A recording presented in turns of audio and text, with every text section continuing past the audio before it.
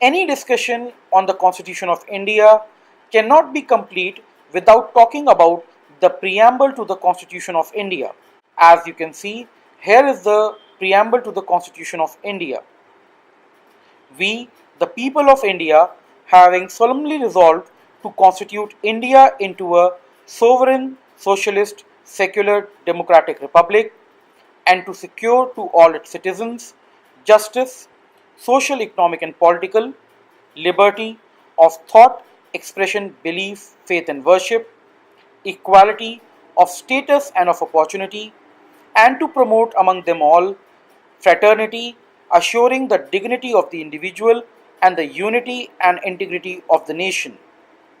In our Constituent Assembly, this 26th day of November 1949, do hereby adopt, enact, and give to ourselves this Constitution. The preamble is considered to be the heart and soul of the Constitution. It is a brief introductory statement that sets out the guiding purposes and principles of the document. It indicates the source from which the document derives its authority, meaning the people of India. The hopes and aspirations of the people as well as the ideals before our nation are described in the preamble. The legal standing of the preamble have been challenged in the Supreme Court of India time and again. The Supreme Court of India originally stated in the Beru Bari case that the preamble is not an integral part of the Indian Constitution and therefore it is not enforceable in a court of law.